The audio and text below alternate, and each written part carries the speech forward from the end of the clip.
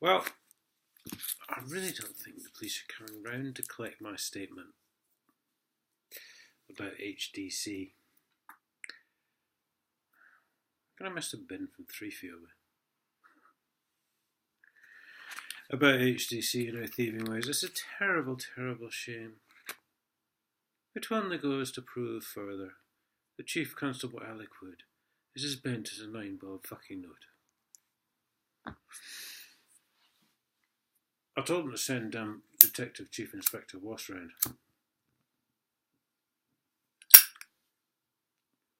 Redeem herself for her previous failures in failing to investigate 30 years worth of fraud, theft from the public purse. Plus she's quite fit.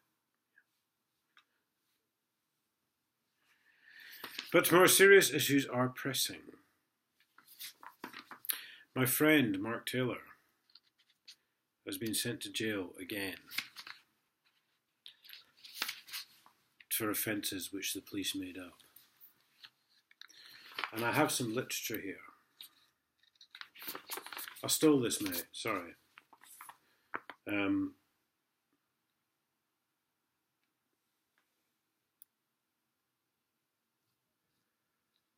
don't know, because you showed it to me in your house. Whereupon I put it in my pocket. And I know that you phoned me sometime later to say, have you seen that stuff I showed you? And I said no.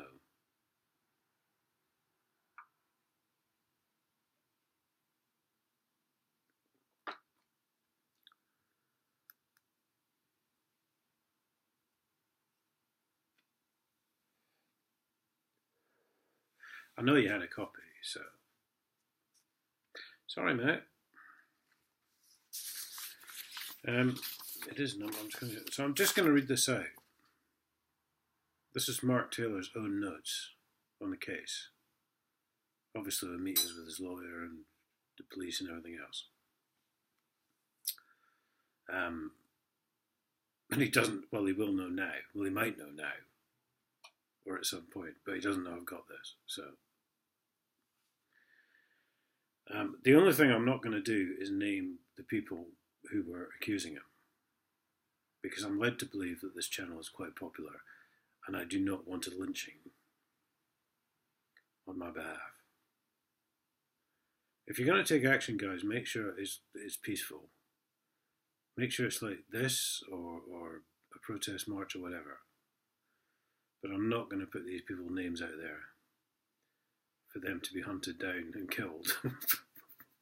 Sorry. If anyone's going to do that, I'll do that. So.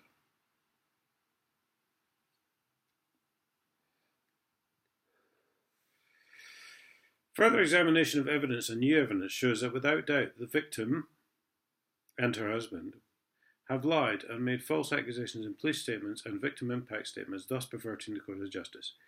Exhibit shows that such and such were around my house in February 2013 several other occasions, and quite clearly, whilst dancing with my daughter, she is not feeling any harassment, but still claims that she was suffering from harassment right back to whenever. My youngest daughter took this footage. I am on the settee. Such and such is behind my daughter. If they were suffering from harassment, as they claim, they would not have been at my house. I have more family home videos to dispute this harassment for the period they claim. They have lied by omission by not telling the police about this. Exhibit such and such is a police statement by the victim stating she was feeling harassed in the street and whatever. Before and whilst trying to attain the council house tenancy. Now, I've mentioned this before. These people actually earn too much to qualify for council house, but this is what this was all about. Please read the statement. No further action took place. Exhibit such and such is a mobile phone footage taken by me due to the amount of times I was arrested. I felt I had to cover myself everywhere I went. The video was in two parts with a 4-second gap due to the phone ringing and cutting the recording. The victim is on the other side of the road with her 2 boys. I am on the other side of the road with my daughter. We crossed the road on the zebra crossing as a safe. However, is not happy with this, obviously, by her statement. No harassment was committed, as is obvious and is typical of the kind of false accusations the victim has made. My daughter and I did nothing wrong or illegal.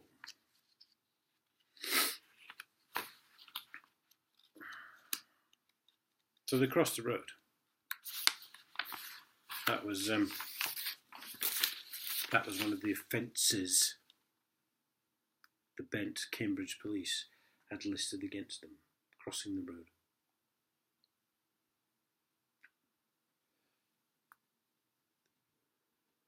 Before I go on, by the way, Cambridge Police, I'm never going to fucking give up. I'm going to land you in a world of fucking hell. You've already tried to arrest me at least twice. You've arrested my mate at the burger van. My mate here, Mark Taylor, is in prison because of you. So get ready for hell. Because I'm coming after you, and after you, and after you.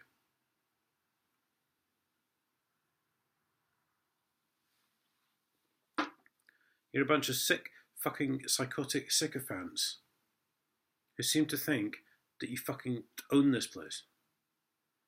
Well, fuck you.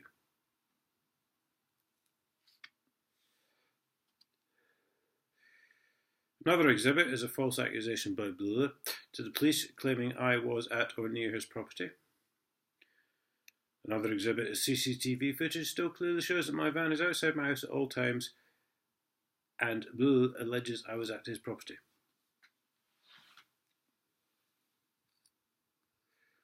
So the police have clearly ignored evidential CCTV footage to benefit their own case. Which is called lying, by the way, in case you hadn't wondered. That's misconduct in public office.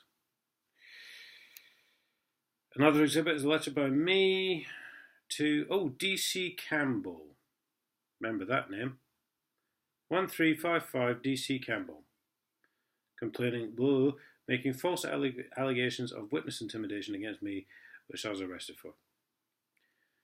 Another exhibit is a report, DC Campbell again, proving that Blah had lied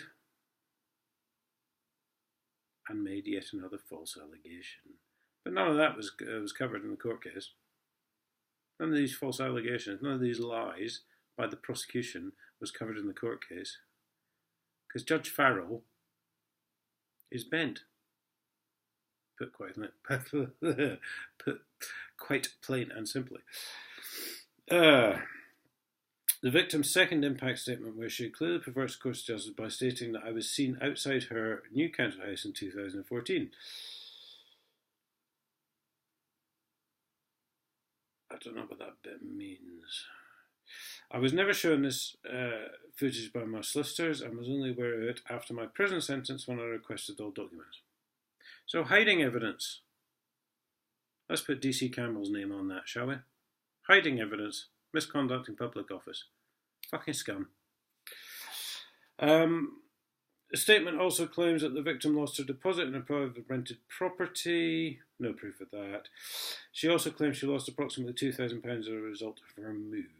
She has the conviction at present and is quite entitled to sue me for this, but never has.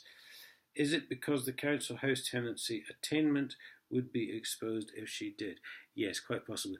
And let me tell you at this point, two councillors, elected officials, were told to shut up and not say a word about this by higher powers. So you can see how bent this is.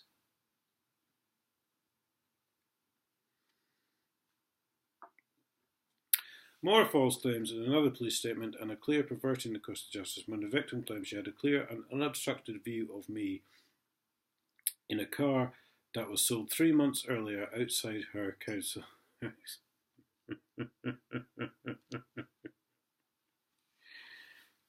So the police are now condoning invisible cars.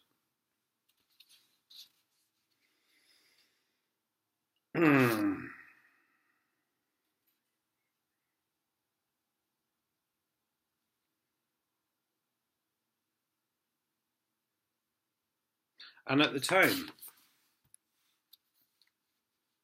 There were 3 large trees in full leaf at the rear of the victim's property, where my mate was supposed to be. And she couldn't have seen past them. And yet she saw this car with a man watching her.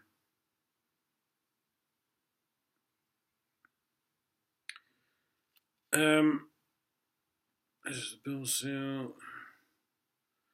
It is important to note at this time that I was still pleading not guilty to the offence I was charged with, and strongly believe the victim and her husband told these lies in order to strengthen the harassment stalking accusations. Again, no violence. No violence was ever carried out by my mate, nor would it be. And yet violence in stalking and harassment is the thing that gets you sent to prison.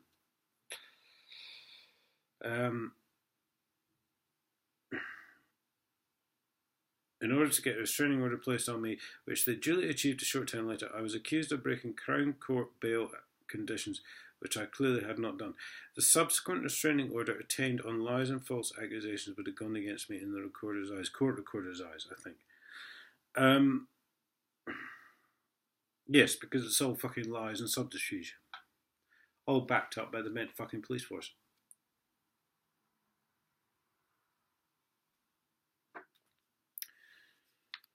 I was unlawfully arrested over these false claims and produced to court where the magistrates were shown proof of my phone, had no pictures of the back garden, and falsely claimed. And the magistrates were shown proof that I had sold the vehicle I was alleged to have been in. As falsely alleged by the victim and her husband, I was released from custody by the magistrates. This perverting the course of justice has never been addressed by the police or the CPS at my sentencing. Funny that, because they're all fucking bent. CPS is even fucking worse. Right? CPS are supposed to hold some kind of leash over the police and keep them under control.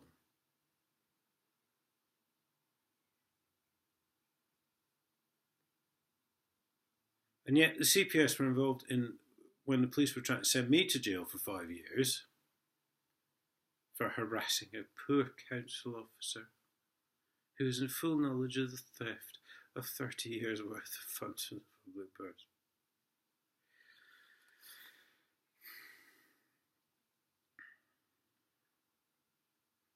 And that's about it, really. I mean, it is a very similar theme. The same with my council case. It's all about the lies and the fucking lies and the lies and the lies. Lies by omission, and has, along with the husband, perverted the course of justice in order to obtain and keep the council house tenancy, which they earn too much to rent or own or whatever, because he earns in excess of 30 grand a year, I think.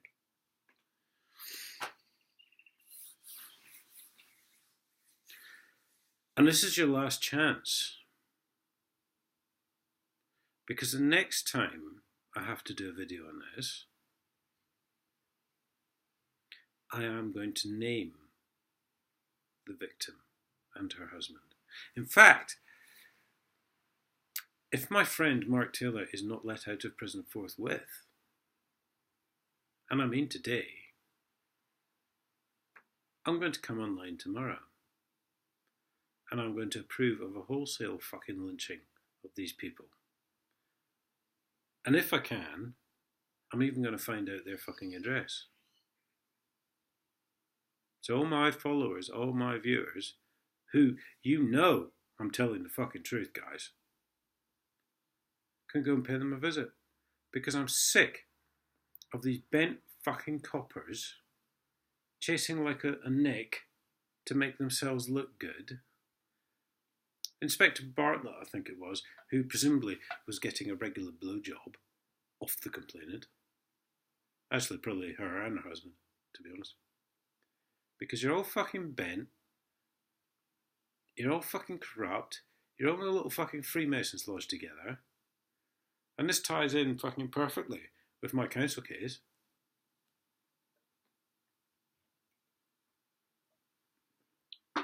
So Cambridge Police, you've got 24 hours.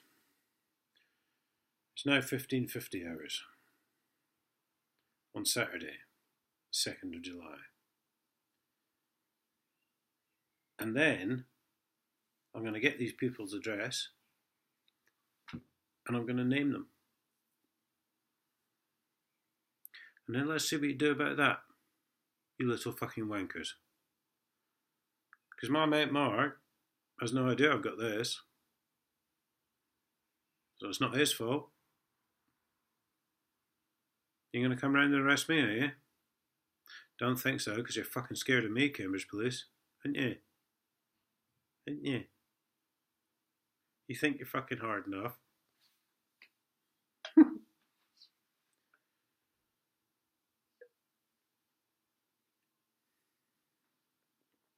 Dig yourselves a bigger hole, guys. Thanks for watching.